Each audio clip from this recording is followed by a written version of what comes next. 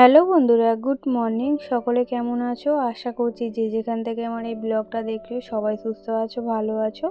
আমার নতুন ব্লগে তোমাদেরকে জানাই স্বাগত আর অনেক অনেক ভালোবাসা। এখন বাজে ওই সকাল 8টার মতো। এখন থেকেই তোমাদেরকে সাথে নিয়ে আজকের ব্লগটা শুরু করলাম। আশা করছি ব্লগটা তোমাদের ভালো লাগবে।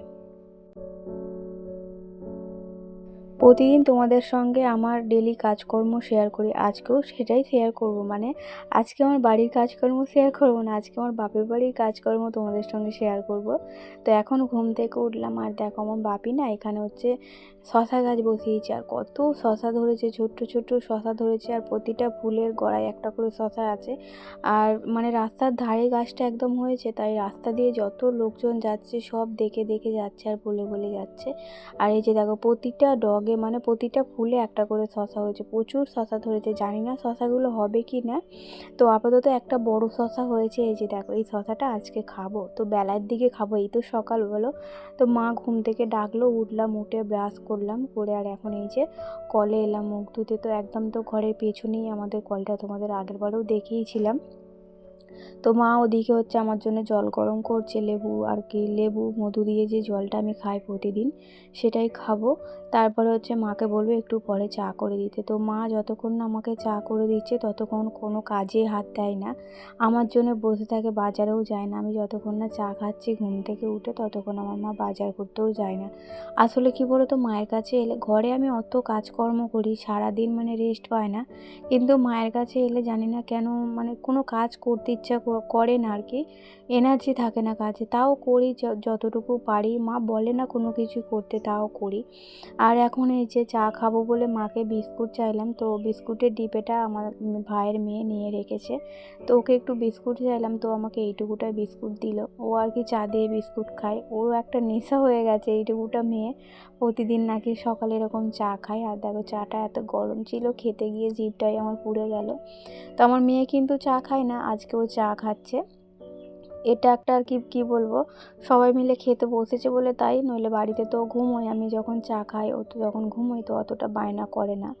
আর এই যে মা এখন বিছানা গোছাবে, নিচে তো বিছানা করেছিল, নিচটায় তো বাপি আর মা শুয়েছিল, আর উপরে আমি, আমার মেয়ে, পিসির মেয়ে সবাই শুয়েছিলাম।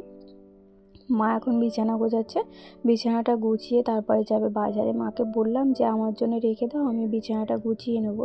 মা বলছে যে তুই পারবি না, অনেক কিছু গোছাতে হবে, অনেকটা কষ্ট হয়ে যাবে। তাই বললো তুই পারবি না, আমি করে নিচ্ছি। তো আমি নাকি বিছানা গোছাতে পারবো না, মানে কি বলো তো, আমার মা তো, মায়ের কাছে গেলে কোনো কাজ আমাকে করতে দেয় না।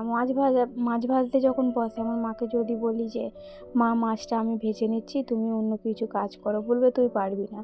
আমার মা এরকম কোনো কাজই করতে দেয় না। আর এখানে দেখো লাউ গাছ হয়েছে, আর আমার দুষ্টুটা বলছে দেখো পিপি একটা লাউ হয়েছে, ঝপ করে এসো দেখবে, আসো, এরকম করে করে আমাকে ডাকছিল। তো তোমাদের সঙ্গেও একটু শেয়ার করলাম, এর আগেও অনেকগুলো লাউ খাওয়া হয়ে গেছে। আর এই লাউটা হয়েছে, আমার মা জিজ্ঞাসা করছিল নিয়ে যাওয়ার জন্য, আমি নিয়ে যাব না, কারণ আমার লাউটা অতটাও খুব একটা পছন্দ না। তো পিসির মেয়ে নিয়ে যাবে। আর একটু একটু ছাদে উঠেছিলাম, ছাদ থেকে নেবে, আর একটু মনসা মন্দিরের কাছে এলাম, যেখানে আর কি আমাদের দশহরাতে পুজো হয় আর কি। আর দেখো এই ধারে ধারে না, মানে রাস্তার দুপাশে এরকম মোরগ ফুল চাষ করেছে, বসিয়েছে।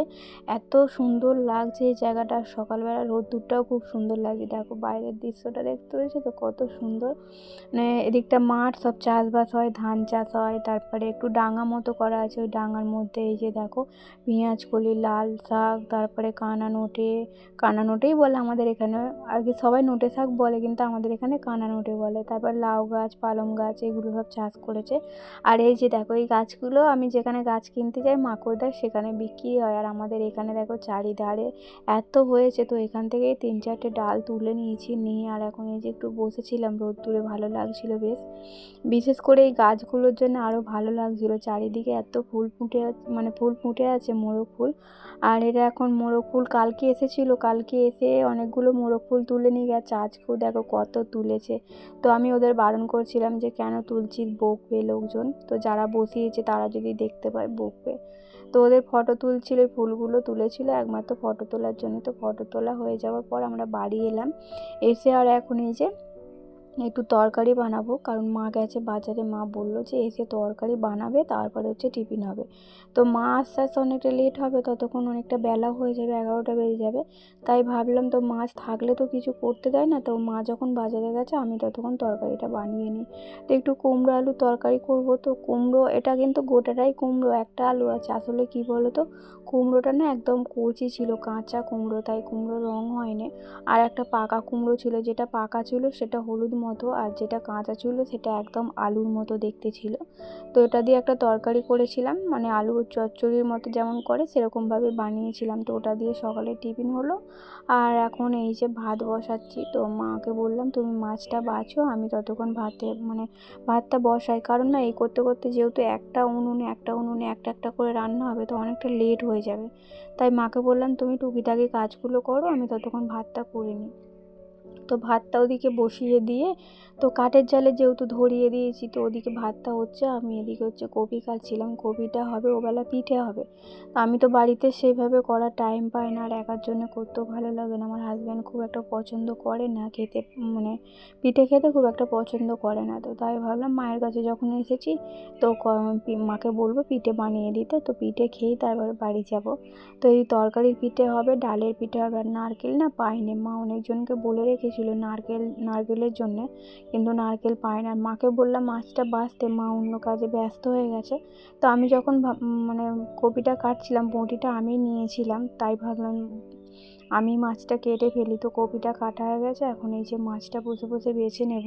তো বাছার পরে কী হয়েছে জানো বন্ধুরা, আমার মা না, মানে মাছটা আমি বেছেছি যখন, আমিই তো ধোবো বলো, আমার মা বলছে তুই মাছটা ধুতে পারবি না বলে আমাকে, মানে ঘাটে গিয়েছিলাম, পুকুরে মাছ ধুতে যেতে হয় আমাদের। তো গিয়েছিলাম, আমার সঙ্গে সঙ্গে আমার মাও গিয়েছিল। আমার মাকে বলছি যে আমি যখন এইসব কাজগুলো পারবো না, তখন কি তুমি আমার বাড়ি গিয়ে করে দিয়ে আসবে? আমার মা শুনে হাসছে। আমার মাটা এইরকমই। আর এখানে কুট্টু বসে আছে, এখন হচ্ছে বিকেলবেলা পিঠে করতে বসেছি। তারপর তোমাদের সঙ্গে আর সেরকমভাবে ব্লগ শেয়ার করতে পারিনি। এখন এই যে পরের দিন বাড়ি যাচ্ছি, আজকের ভিডিওটা একদম ছোট হয়ে গেছে। তো বাড়ি যাচ্ছে আমার পিসির মেয়ে, যে ভিডিও করতে করতে যাচ্ছে। এটা পরের দিনকের আর কি, ওই রবিবার বিকালবেলা, আমরা শনিবারটা ছিলাম, রবিবার বিকালবেলা বাড়ি চলে এসেছি। আর এই যে মা একটু এগিয়ে দিতে যাচ্ছে। মা প্রতিবারই যখনই আসি মা একটু করে এগিয়ে দিয়ে আসে, ওই মিনি বাজার পর্যন্ত এগিয়ে দিয়ে আসে। আর তো চলো বন্ধুরা, আজকের ব্লগটা এই পর্যন্তই, দেখা হবে পরের ব্লগে। টাটা।